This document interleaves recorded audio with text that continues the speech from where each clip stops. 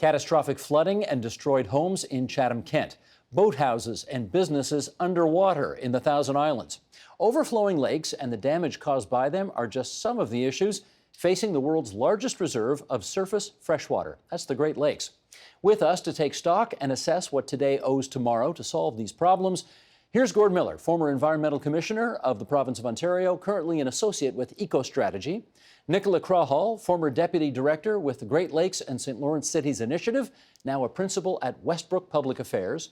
Gail Kranzberg, Professor of Engineering and Public Policy at McMaster University.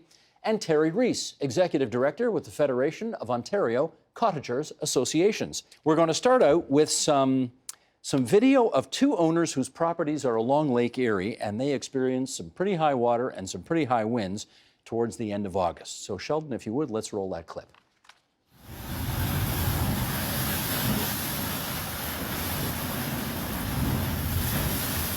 Yeah, time to get out of Dodge.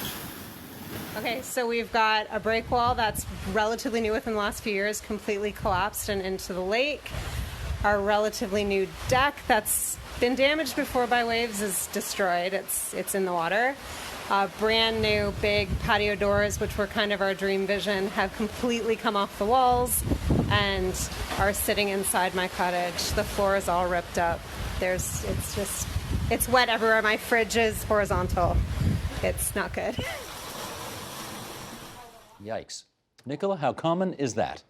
It's becoming more common. It happened in 2017. It's happened again in 2019. We have record high levels in Lake Ontario and the other Great Lakes, and it's due to climate change. It's a lot of water. You're sure about that? We are absolutely sure about that. It's a lot of water coming off the Canadian Shield, coming into the Great Lakes.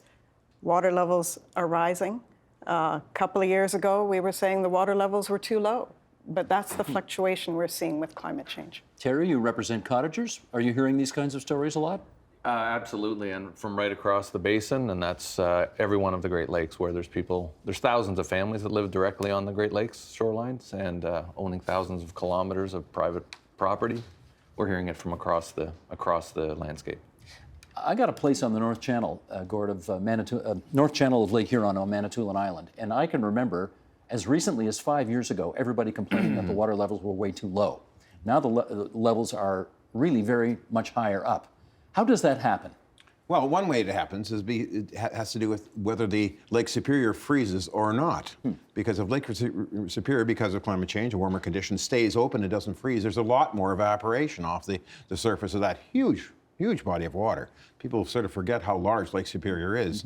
It's called Lake Superior for a reason. And the water levels fall because there's an immense amount of evaporation. In another year, the lake freezes, as it used to all the time. There's not the evaporation, and then there's more runoff from the watershed. Water levels rise precipitously. So it is tied to climate change, and we can identify that. Gail, what kind of impact, in your judgment, do high waters like this have?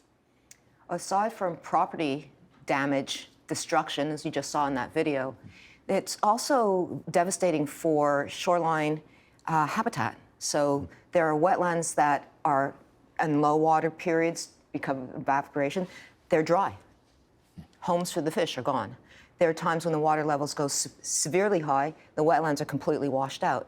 Wetlands like water to fluctuate up and down, but not so severely as to destroy the wetland completely or completely flood over the wetlands. So the wetlands are the biological engine of the lakes. So aside from damage to human property, health, and all that other economic downfall, the whole fishery can be impacted by this. And a fishery is a multi-billion-dollar a year economic engine boost for the Great Lakes region. If the problem, Nicola, is climate change, that is not anything that any individual cottage owner or business owner who's got a place on the shoreline can do anything about in the immediate future. Everybody can do their little part, but the big solution seems a lot further away. In which case, what can we do about this?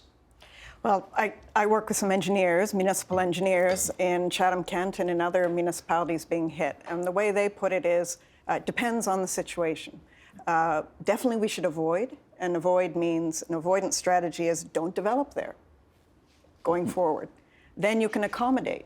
You remember after Hurricane Katrina, they built houses on stilts. Well, we can build houses on higher foundations. Then you can prevent. So you start building these berms, you start building these walls, but hardening the shoreline has problems with it too. But ultimately, if it's in a really severe situation, you have to retreat. You have to move your infrastructure, you have to move those homes. And that's the most difficult decision and most politically sensitive decision of all. Terry, how does that recipe sound to you? Well, I unfortunately agree with that. And I think we need to remember that, and we'll talk about the big picture and the big dollars and the strategic approach that we need to take as individuals and as municipalities, the province and the federal governments on both sides.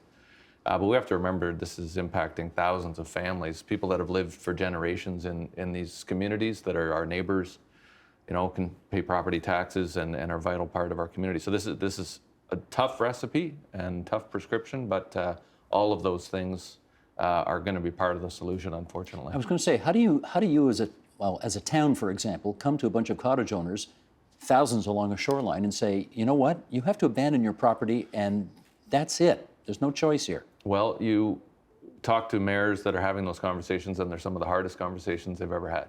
You can't tell your community members they need to leave the community. And again, back to the individual homeowners, these families that have lived there for generations, some of them, these are hard conversations. And when we see chronic and perennial conditions that are where life and limb is at risk, there's some hard decisions that are going to have to be made. People need to take individual responsibility on their property when they can, as Nicola suggested.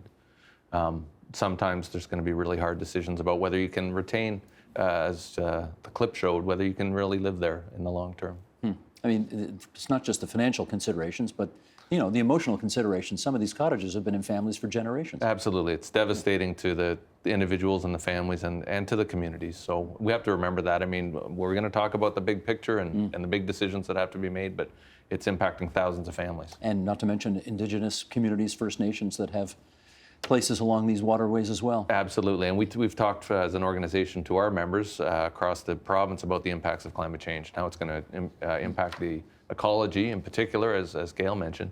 The high water levels that are chronic and ongoing are going to be a particularly troublesome and expensive problem for Ontario. Gordon, in your previous incarnation as the Environmental Commissioner, you did a lot of studying of the Great Lakes and some of the concerns and threats that you saw there.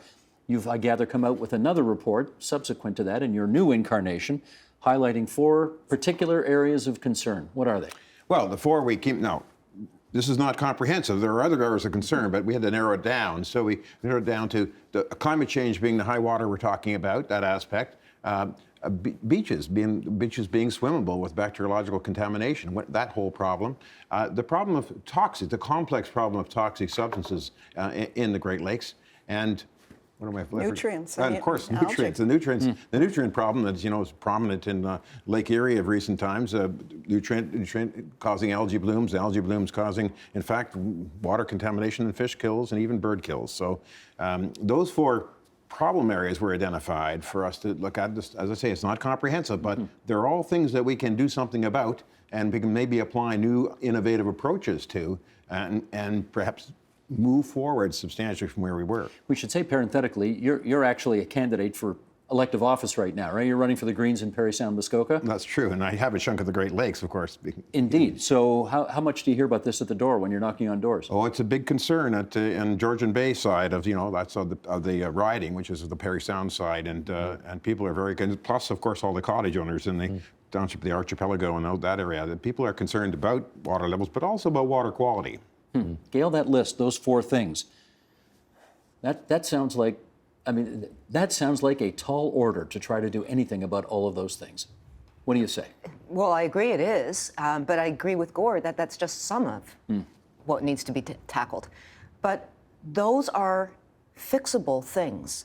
We have engineering solutions to all of those things. We can't change the fact that the climate has shifted, but we can become more resilient to a changing climate. We can implement some of the things Nicola was mentioning. The nutrient issue is an achievable issue. We have to stop the agricultural runoff from pouring into the lower Great Lakes and causing microcystin, toxic substances that kill birds, that kill dogs. It's all achievable, but then there are other things that we still haven't even put on that list that also need to be taken care of. What would you add? Well, very topical in the news these days is plastic pollution, right? Microplastic pollution. I know our federal government is looking at banning single-use plastics, quote unquote, but a lot of the plastic substitutes that are biologically based have the same properties as plastics, or biodegradable plastics turn into tiny little plastics, and our organisms eat it, they feel full, and they starve to death. We know we have it in our drinking water, we know we have it in our bodies, we don't know what it's doing to us. That, to me, is a very long-term threat that's only going to get worse, and it's something that we need to grapple with, and maybe went under the strategy that Gord's put together on toxic substances. We can integrate plastics into another nuisance element in that soup that's getting into the Great Lakes, and as the population grows, will just grow. As lists go, the 4 things he has on his list, are those the sort of number 1, 2, 3, 4 things that we ought to be hitting on right now? I think they are. There is one other one that isn't in the report, and that's invasive species. Yes. Oh, yeah. And invasive species has pervasive impacts from zebra mussels, clearing the water so it gets hotter, and then the algae proliferates, to the Asian carp coming up the Mississippi River, and potentially getting into the Great Lakes, having disaster effects on our commercial and recreational fisheries. So that's the other really big one, I think. But as Gail said, other than the Asian carp issue, which is a tough one, all of these have solutions. But it really does require thinking about different technologies, different innovations. The report that Gord's worked on, the Great Lakes Action Plan 2030, has a technical solution to each one of these issues. Not solely technical, but when you start thinking, like a millennial, and you start thinking about what kind of technologies are out there to help us, suddenly it doesn't look so daunting, but it does require government investment. Did you put a price tag on that investment? We did, and it's difficult to do so right off the top. Before I say the number, I'm going to say, when we're talking about possibly buying property and moving properties off, the numbers get very large very quickly. But we priced it at $100 million a year for 10 years, each year for 10 years. Now that's a lot of money, but the Americans, they've jumped the gun. They're way ahead of us on this. They have a Great Lake Restoration Initiative, and they're up to $300 million a year. And they're a couple of $1 billion already spent. So we're mirroring that in our own modest financial ways. We only have to mirror the Americans. We can't equal them. But nonetheless, they're making a commitment they have made a commitment on their side of the lake, and they have been doing these things. So this is, I think, a modest response to that, to looking after our responsibilities. You won $100 million a year for 10 years. What are we actually doing so far? Oh, no. To put a figure on that, it would be difficult because it's all spread out between different departments. But I'll tell you, from many years' experience, it's a very small number. I remember when Gail used to work with the Ministry of Environment, your budget was millions of dollars, but now that whole budget's shrunk down to a tiny bit. So, I would put I would say we're no more than, perhaps $20 or $30 million a year. Suffice to say, that ain't going to get it done? Oh, no. You're laughing at me because Oh, no. Yeah. Absolutely we're not. not even close. Remember your budget back when you were in head of the Great Lakes? So when I was working for the province in the 90s, we had a $4 or $5 million budget just for these geographically degraded locations. They're called areas of concern. And within 3 years, that went down to $100,000. So full stop. You can't do anything for that. That's just a ploy of saying, well, we didn't terminate the program. We cut the program. It basically was, in effect, terminated, as you know. But the return on investment is enormous. Okay, so Great Lakes Revival is a piece of work that a number of people did through the International Association of Great Lakes Research. I had the pleasure of co-editing the report, and what we did was look at the Great Lakes Restoration Initiative, look at the investments on the Canadian side of the border, and say, if you invested in cleaning up these locations, what's the economic boon to those places? And it was easily $3 or $4 to the dollar. Economic boom from what? You put the money in, what comes out? Well, imagine that you are going to buy a property and you're on a harbor that is slimy green. Well, you don't want to live there, so you don't. You restore that harbor so that it's beautiful water quality, and property values escalate. They just jump. Tourism escalates. So it's property values, it's people wanting to move to that location, it's tourism, it's businesses, it's very good. It's just all the economic opportunities. So you invest $100 million somewhere, and now you have $400 or $500 million in added revenue for the benefit of a clean, healthy, restored waterfront. And people just flock to it. When I was working for the province, I would get phone calls saying, where are those geographical locations? Because I'm a fisherman, that's where I don't want to go. Huh. So people know. They know. They know where to go and where not to go. You declare success, you market yourself as a place where the water is clean, the environment is clean, the opportunities for a healthy lifestyle are there, and the economies in those regions boom.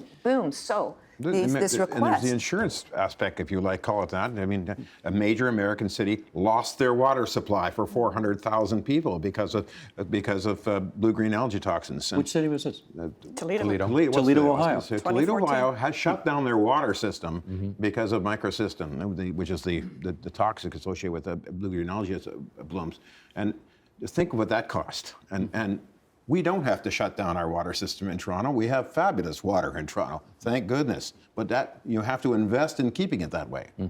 I presume as the head of a cottagers association, Terry, your job is to, the word lobby sounds so pejorative, but I presume you talk to government about the advisability of making these kinds of investments. What do you hear back? Well, the message we like to deliver, and this is building off what you've already heard, is that we can't afford not to make these kind of investments. I mean, money's limited, but we know enough to make those kind of smart decisions now, whether they're engineering or whether they're policy or whether they're provincial policy or land use planning policies. I'm not always certain that in a 4-year political cycle that the longer term impacts always resonate, and that's any government, I think, has got the same challenge. I think it's becoming clearer all the time, and it's the municipal level of government that ends up bearing a lot of this, whether it's engineering or the inundated infrastructure, property owners who can't get insurance, and maybe whole neighborhoods that won't be able to be insured. These are all really compelling arguments, and I think it's starting to get some resonance, but we talked off camera about the fact there's lots of plans. We're starting to get, we've documented lots of this. Lots of smart people have said the right kinds of things and have used all the information we've got. We need better information because it's a complex and changing story, but we need to start doing something about it. I mean, action is overdue. Nicola, in your experience, do you think our political leaders believe this, understand that something needs to be done? It's just getting to the next step, actually budgeting the dollars to make it happen.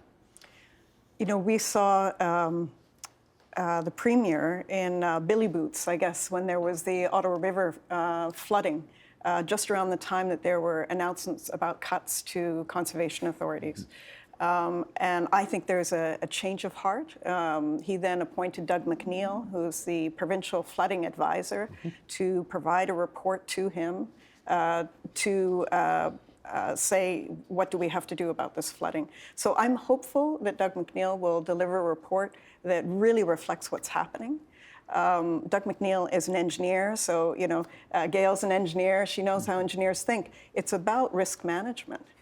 And if climate change has changed the risk calculation, you've got to change your management of the problem. There's no point in saying, I'm going to pretend that the risk is the same as it was 50 years ago, so I'm not going to do anything. The trick is, there's 3 levels of government here, though, that have a piece of the action, and they often play one off against the other. So how do you know, okay, this is the federal government's responsibility, this is the province's responsibility, the municipalities can do this. How do you make sure everybody does their job as opposed to fob off the responsibility on someone else? So the whole governance model is a very complicated one. You're absolutely right. I would say this, if there's something of a national interest, then there's a definite federal role. The Great Lakes are a national interest. Sure. The Great Lakes are close to half the GDP generated in Canada. So to think of the Great Lakes as a regional thing, it's just Ontario's responsibility is a fallacy. So it's a national priority. In fact, we have binational accords with the United States, agreements on collaborating to restore the health and integrity of the Great Lakes region. So it's an international project, really. It's a binational, international project, yes. But in order for the federal government, our federal government, to keep its commitments with the United States to make the lakes great again, they need Ontario, because Ontario is responsible for certain regulations and legislation and activities as well. So we do actually have an agreement between Canada and Ontario respecting the Great Lakes Basin on what each order of government is going to do and going to commit, and they put money on the table, they come up with work plans. So there's a collaborative approach there. The missing link here is how to provide the capacity for municipalities to respond. And when we talked about a changing climate, for example, do municipalities have the capacity to adapt to that changing climate? Some more sophisticated ones may, and some simply don't. So there's a role for the province then to help municipalities. It's got to be, it's a shared responsibility. There's no one in charge, but there's got to be some accountability. And I think the accountability lies with the federal government, principally, with the province, and then with the aid to municipalities to enable them to take action that will make their locations vital. I should ask you about the provincial role here, given your former responsibilities as Environmental Commissioner of Ontario. This is a government that put signs up on some border communities saying we're open for business. That's right. And you've all made the case here that the return on investment for cleaning up our Great Lakes is terrific. Yes, it is. So if the business case is obvious, what are we waiting for? Well, that's a tough question to answer on behalf of the government, but absolutely, in the face of it, it should be an easy solution. It should be an easy thing to put money into and develop and cultivate. But, one point that hasn't come up here, and it's important in terms of the collaborative that I'm involved in co-chairing with Jean Cinq-Mars, is that it's the Great Lakes St. Lawrence Collaborative. And what, the high water level we had and the damage we had this year in, for instance, Toronto and Toronto Island and things, is all tied to the fact that we couldn't dump any more water down on Quebec and on the St. Lawrence. So they have tremendous flooding problems down there. So it all is all one system, and that's that's Quebec and Ontario right off the bat. That's a national issue. We are impacting them, and our decisions impact their decisions. Let's say that's the whole new portion of the work that we're doing we're really immersed in it right now. Is the St. Lawrence part of this whole problem, which is intimately tied. Terry. I was just going to add, I was on the Ottawa River this year, and they had a tremendous problems, obviously, and homes that were well above the high water mark, what we called the high water mark, were knocked off their piers and are rendered unlivable. I mean, so to Gord's point, I mean, it's a Canadian issue, I mean, and an international issue, and I'd add maybe on to what Gail said about the policy implications. When we strike these agreements with the U.S. and Canada and with Canada and Ontario, we really need targets and some timelines, and that hopefully the money will follow, because we need to make some in terms of divvying up who does what, that's important and critical to figure out. But if we can agree and set some objectives about cleaning up the remedial action areas, about dealing with water management planning, and other important critical matters related to the state of the Great Lakes, we need to set objectives and be held accountable to those. Just on your point, your question is, I don't think it has. I've been thinking about this. It hasn't sunk in how important the Great Lakes are to our economy. It really hasn't, because if the government has been stepping away and getting away with, and not just the recent government, I'm talking about governments all the way back to the 80s and 90s, have been stepping away and getting away with it. But as the damage is accumulating and the problems accumulate, and so we have to wake up and turn our attention to the Great Lakes. It's one of the huge environmental, ecological, and economic values that we have in this part of North America. Is there a role for, I don't know what, innovation, new technology to help us out of this? Oh, yeah. For example? Well, for example, something as simple as beaches. One of the things we looked at, and the problem with so many beaches being closed, 15% of the beaches are unusable on the Upper Great Lakes. And why is that? Well, part of the reason is just the technology associated with the water testing. It takes too long. There are better techniques, and they could be implemented and give us much faster responses. And then, and in terms of, and another example of technology, and in terms of the nutrient problem, we have, the United States has pioneered wonderful technologies of tracking and identifying with all the data that's available to us now with satellites and agricultural databases. We can actually pinpoint where the problems, where the phosphorus is coming off from, and we can much better target the kind of responses. So there are technologies that are readily available and implemented. We just have to turn our attention to it. As Terry says, let's set some objectives and assign some money. I know when you were here, I think, for the program in which we discussed this was several months ago, there was considerable fear that in Trump's America, this was going to be a much lower priority, and for example, the EPA was being defunded and all this kind of stuff. However, I am hearing in this discussion that the Americans are doing some things better than us. Is that right, Nicola? Well, it's fascinating. It was an absolute coincidence, but I was in Washington the day that the Trump administration announced its proposed cuts to GLRI. GLRI? GLRI, Great Lakes Restoration Initiative. That's a $300 million fund. It's been going on for 9 years, started under George W. Bush, implemented by Barack Obama, has strong bipartisan support. And I watched at this legislative breakfast, one by one, a Democrat and a Republican senator or representative from the House coming up and lambasting the Trump administration's proposal. I was just amazed that somehow the Great Lakes region on the U.S. side came together in a bipartisan way to say, we want the kind of money that the Everglades is getting. The Everglades were getting a lot of money. And they lobbied for years. They had mayors, they had tribes, they had states all coming together. Did it work? And it worked. So they have had over $2 billion in spending, federal spending on Great Lakes projects, restoration projects, waterfront projects, wetlands projects, areas of concern cleaned up. We haven't seen that kind of money. We haven't seen that kind of money ever. Or that kind of focus in government. Or that kind of focus in government. Is that because the coalition of the willing needed to come together to make this happen, and I lobby believe it hasn't was. happened I think so. well enough? Yeah. I think Well, that- you know, But it's jobs also, right? I mean, it was the Republicans and Democrats all recognized that Great Lakes Restoration Initiative creates jobs in their community. true, too. It grows the economy, and as we were talking about earlier, the cleanup of these degraded locations grows the economy. And they said to Trump, forget it. You're not cutting this.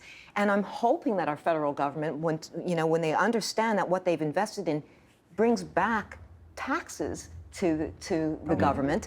I mean, but we need that kind of lobby. I don't think we've had that kind of passion here with our within the conversation. I know that Minister McKenna, our Environment and Climate Change Minister, federal minister, is very passionate about the Great Lakes.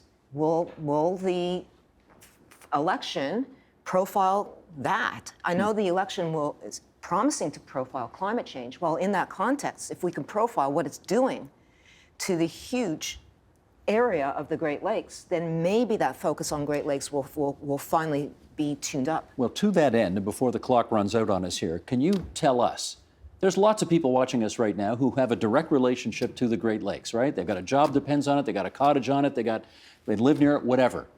What can they do? Sure. I mean, we've all got a role. You talked about the technology, but that's only part of the puzzle. So we expect the policymakers to step up and the funders. So that we've talked about that at great length. You know, homeowners have a role to play on their own properties. So I mean, it's taking individual action to lower their risks and to the extent they can. Some properties, as Nicholas suggested, are at particular risk and have more severe and possibly dire outcomes. But there's Lowering the risk means what? Well, it means you can get some expert advice about hardening your property, whether that's hardening shorelines, understandably has got some complications, but making sure you've got your property and your family away from risk as much as possible, lowering your own personal risk, and understanding, speaking to your municipality about your concerns and helping them with their community-wide concerns, whether that's infrastructure or their policies.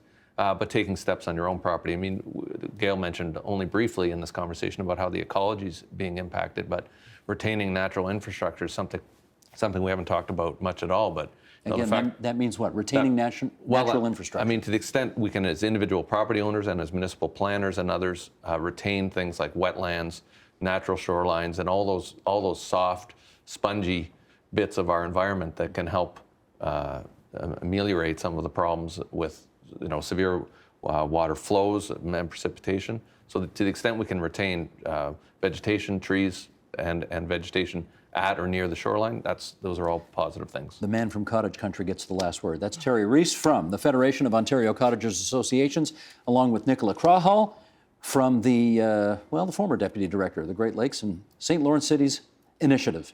And on the other side of the table, Gail Krantzberg, Professor of Engineering and Public Policy at McMaster University in Hamilton, and Gord Miller, the former Environmental Commissioner for the Province of Ontario, now an associate with EcoStrategy. Thanks, everybody. Thanks, Steve. Thank you. The Agenda with Steve Paikin is brought to you by the Chartered Professional Accountants of Ontario. CPA Ontario is a regulator, an educator, a thought leader, and an advocate. We protect the public. We advance our profession. We guide our CPAs. We are CPA Ontario. And by viewers like you. Thank you.